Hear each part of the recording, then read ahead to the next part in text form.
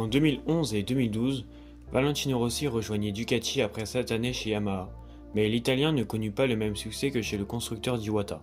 N'obtenant aucune victoire et ne prenant que quelques podiums, mais en 2013, Valentino Rossi retourna chez le constructeur japonais et retrouva le chemin du succès à Assen. Voyons comment Rossi est revenu de ces 2 années difficiles chez Ducati. Mais avant, place au contexte. Depuis 1996 et son arrivée en championnat du monde, Rossi roule fort, très fort. Il a fini sur le podium des 14 saisons auxquelles il a pris part, excepté sa première année en mondial. Mais en 2010, malgré sa 3e place finale au championnat, Rossi connut beaucoup de difficultés durant cette saison. Malgré une bonne entame de championnat avec la victoire lors de la manche d'ouverture au Qatar, il prit finalement la 3e puis 2e place à Jerez et au Mans. Avant d'arriver au Mugello chez lui à la 2e place du championnat, 9 mois derrière son équipier Jorge Lorenzo. Mais tout se complique pour Rossi qui chute aux essais et se casse la jambe droite. Il manque 4 grands prix et ses espoirs de 10e titre en prennent un coup. Mais surtout, son coéquipier Jorge Lorenzo prend le titre en fin de saison ainsi que le statut de numéro 1. C'en est trop pour l'Italien qui annonce le 15 août 2010 qu'il rejoindra Ducati pour les saisons 2011 et 2012. Rossi s'impose une dernière fois avec la Yamaha en Malaisie, sa 46e victoire au passage avec la marque aux 3 diapasons avant de tourner la page vers un nouveau chapitre en rouge. La saison 2011, la première de Rossi chez Ducati, est très difficile. Même si l'Italien n'abandonne que 3 fois et monte sur la 3e marche du podium au Mans, la Ducati n'est plus la moto dominante qu'elle était en 2007 aux mains de Casey Stoner. Rossi achève donc cette saison à la 7e place. La saison 2012 est guère différente. Malgré une 2e place en France et à Saint-Marin, Rossi achève sa saison à la 6e place, mais surtout au Grand Prix d'Indianapolis. Valentino Rossi annonce qu'il retourne chez Yamaha pour la saison 2013. La mise en contexte est faite et maintenant nous voilà en 2013. Rossi est de retour chez Yamaha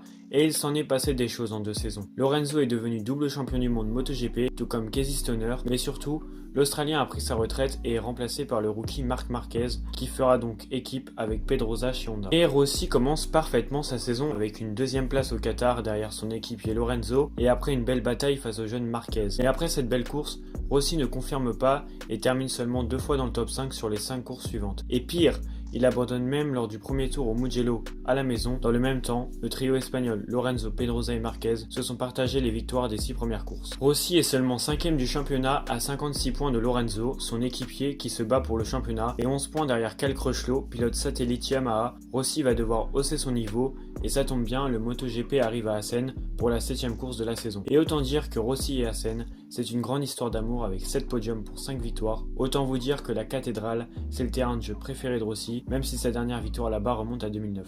Rossi se qualifie 4e, sa meilleure qualification de la saison. Il s'élancera derrière la première ligne composée de Crutchlow, en pôle la première de sa carrière, devant Marquez 2e et Stéphane Bradl 3e. Pedrosa s'élance lui en 5e place et les Ducati de Hayden et Dovizioso font guère mieux, 10e et 15e, mais surtout, Jorge Lorenzo s'élance lui seulement 12e, le Mallorquin ayant été victime d'un crash la veille qui lui a fracturé la clavicule.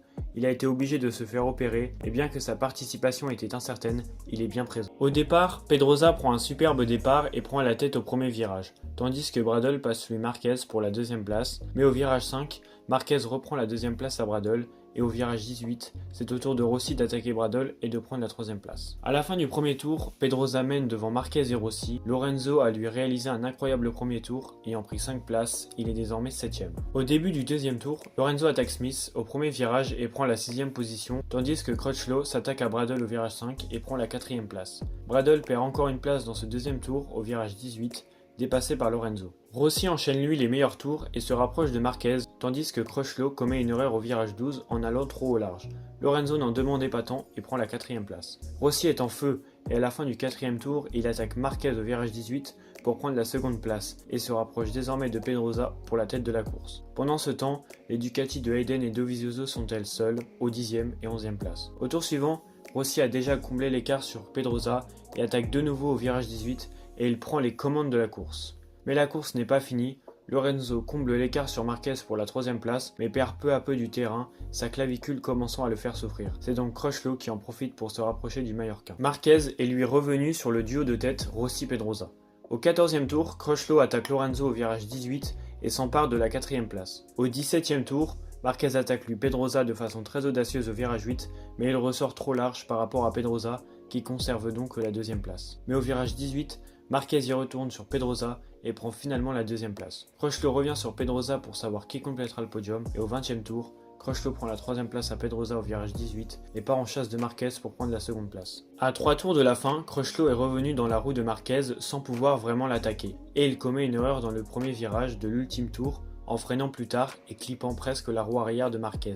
Ses espoirs de 2ème place sont anéantis. Rossi est de retour et s'impose après 46 Grands Prix sans victoire. Le docteur l'emporte pour la 6ème fois à Assen. Marquez est 2ème, Crutchlow 3ème, Pedrosa est 5ème et Lorenzo 6ème. Les Ducati sont elles seulement 10ème et 11ème. Malgré cette victoire, Rossi ne regagnera plus en 2013 et devra attendre le Grand Prix de Saint-Marin 2014 pour s'imposer de nouveau.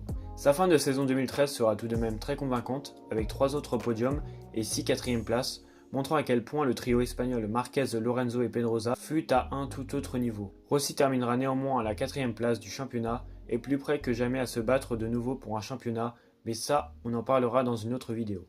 Je vous remercie d'avoir regardé cette vidéo. C'était ma première dans ce genre de format où réellement je raconte une histoire. À la base, je filme juste mon écran.